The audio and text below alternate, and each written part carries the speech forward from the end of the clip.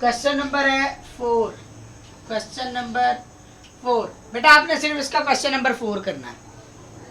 उसने कहा जी आपको late u equal to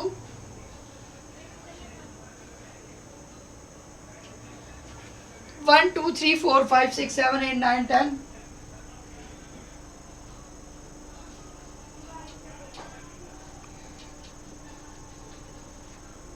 a equal to 2 4 6 8 10 b equal to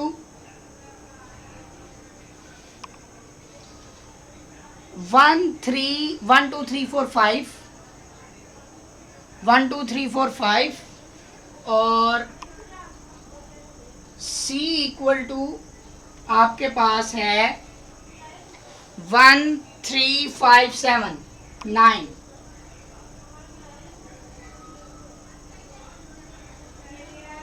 अब बेटा आपने फाइंड करना है पार्ट नंबर 1। उसने कहा ए कंप्लीमेंट। ए कंप्लीमेंट को ऐसे भी लिख सकता है ए सी और ऐसे भी लिख सकता है ए डैश। इसका मतलब होता है कंप्लीमेंट। जब भी वो आपको कहेगा फाइंड कंप्लीमेंट तो जिस रकम का भी आपको वो कंप्लीमेंट निकालने के लिए कहेगा तो आपने उसको यू में से माइनस कर देना। यहाँ पे ए के कंप्लीमेंट की बात हो रही है तो आपने ए को यू में से माइनस कर देना है। जिसका भी वो कंप्लीमेंट निकालने के लिए कहेगा उसे आपने u में से माइनस कर देना है। यहाँ पे a के कंप्लीमेंट की बात हो रही है तो आपने a को u में से माइनस कर देना। जिसका भी कंप्लीमेंट निकालने के लिए कहेगा उसे u में से आपने माइनस कर देना। अब देखें इधर पहले लिखेंगे u वाली रकम। u वाली रकम है आपके पास 1 2 3 4 5 6 7 8 9 10।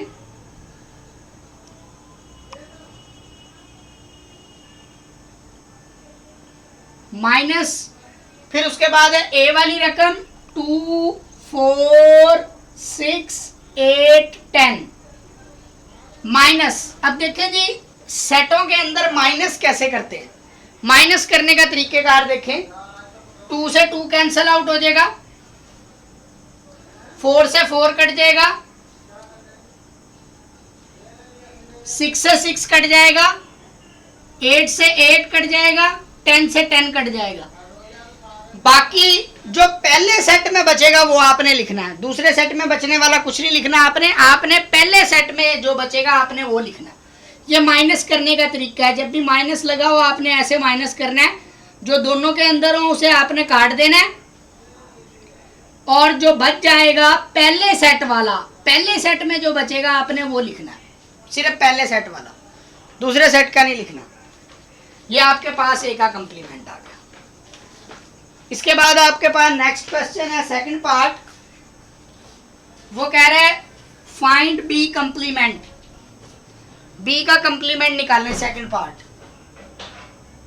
बी कंप्लीमेंट देखें कैसे निकालते हैं। मैंने आपको बताया जिसका भी कंप्लीमेंट निकालना हो आप उसे u में से माइनस कर देते हैं। तो आप इसे लिखेंगे u minus B.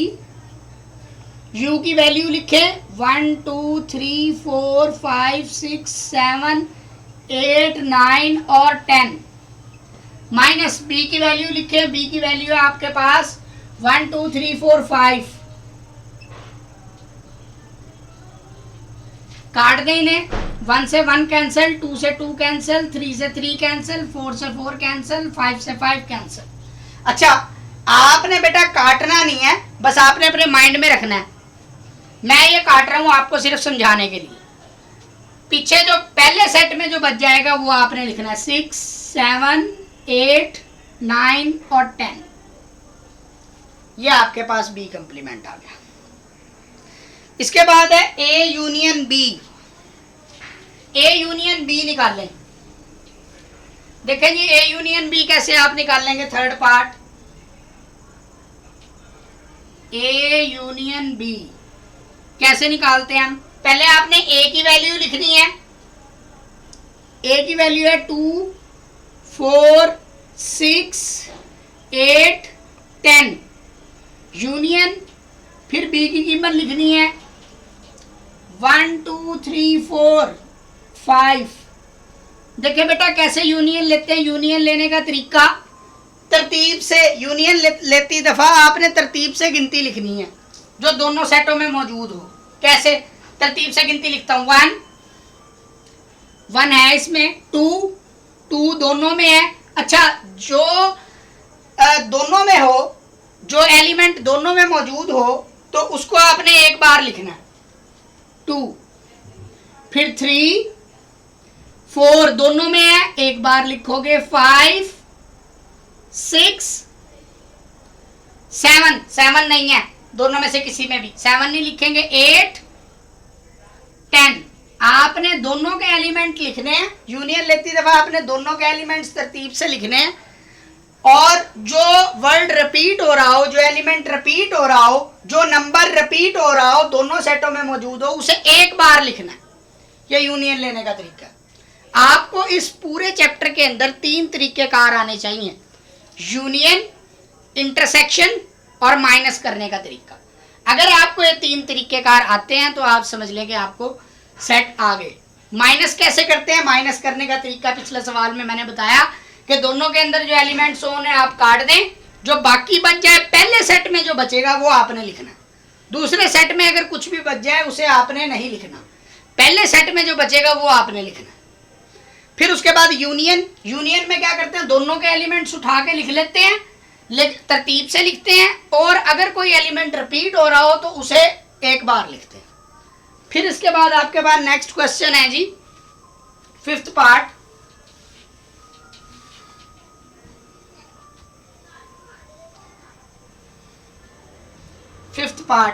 A intersection C. A intersection C बेटा कैसे निकालते हैं? देखिए ए इंटरसेक्शन सी निकालने का तरीका, पहले आपने ए की वैल्यू लिखनी है 2 4 6 8 10। पहले आपने ए की वैल्यू लिखनी है, फिर इंटरसेक्शन की अलामत है, फिर आपने सी की वैल्यू लिखनी है। सी की वैल्यू है 1 3 5 7 9। इंटरसेक्शन कैसे लेते हैं? इंटरसेक्शन में हम ऐसे एलिमेंट लेते हैं जो दोनों सेटों में मौजूद हो। ऐसे कॉमन एलिमेंट लेने हैं जो इस सेट में भी हो और इस सेट में भी हो। अब देखें क्या कोई ऐसा एलिमेंट है जो इसमें भी मौजूद है और इसमें भी मौजूद है? देखें 2 इसमें है लेकिन इसमें नहीं है, 4 इसमें है लेकिन इसमें नहीं है, 6 इसमें है लेकिन इसमें नहीं है, 8 इसमें है लेकिन इसमें नहीं है, 10 इसमें है लेकिन इसमें नहीं है, 1 इसमें है लेकिन इसमें नहीं है, 3 इसमें है लेकिन इसमें नहीं है। तो इसके अंदर कोई भी एलिमेंट मौजूद नहीं है, तो इसलिए आप इसे लिखेंगे खाली सेट, बीच में कुछ भी नहीं लिखेंगे। इसे कहते हैं खाली सेट। खाली सेट को यूं भी लिखा जा सकता है और एक तरीकेकार ये है, आप यूं अंडर डाल के ऐसे यूं लाइन डाल दें 5, इस तरह से भी लिखा जा सकता है। खाली सेट को लिखने के 2 तरीकेकार है, मैं हमेशा इसी तरह लिखूंगा। नेक्स्ट देखें जी, आपके पास है जी 6th part, A complement union C complement. 6th part, इसके लिए आपको बेटा 2 चीजों की जरूरत पड़ेगी, एक ए के कंप्लीमेंट की जरूरत पड़ेगी, एक सी के कंप्लीमेंट की जरूरत पड़ेगी और फिर उसके बाद आप इनका यूनियन लेंगे। ए का कंप्लीमेंट निकालते हैं, मैंने आपको बताया कि कंप्लीमेंट कैसे लेते हैं। जिसका भी कंप्लीमेंट निकालना हो उसे आप यू में से माइनस कर देते हैं। यू की वैल्यू लिखे 4 5 6 7 8 9 10 माइनस ए की वैल्यू लिखे आप, ए की वैल्यू है 2 4 6 8 10। काट दें, जो सेम है उन्हें काट दें, 2 से 2 कैंसिल, 4 से 4 कैंसिल, 6 से 6 कैंसिल, 8 से 8 कैंसिल, 10 से 10 कैंसिल। पीछे आपके पास बच गया 1 3 5 7 9। ये हमारे पास ए के कंप्लीमेंट का जवाब आ गया। इसके बाद आप सी का कंप्लीमेंट निकाल लेंगे। पहले ए का कंप्लीमेंट निकालना है, फिर सी का कंप्लीमेंट निकालना है। जब दोनों का कंप्लीमेंट आ जाएगा फिर उनका यूनियन लेना है आपने। चलें जी, सी का कंप्लीमेंट, जिसका भी कंप्लीमेंट लेना उसे यू में से माइनस कर देते हैं, यू माइनस सी। यू की वैल्यू लिखे 1 2 3 4 5 6 7 8 9 10 माइनस सी की वैल्यू लिखे आप, सी की वैल्यू है आपके पास 1 3 5 7 9।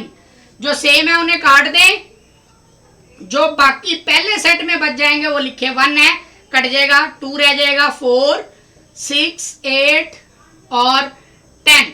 ये मेरे पास कंप्लीमेंट का जवाब आ गया। सी कंप्लीमेंट का भी जवाब आ गया, ए कंप्लीमेंट का भी जवाब आ गया।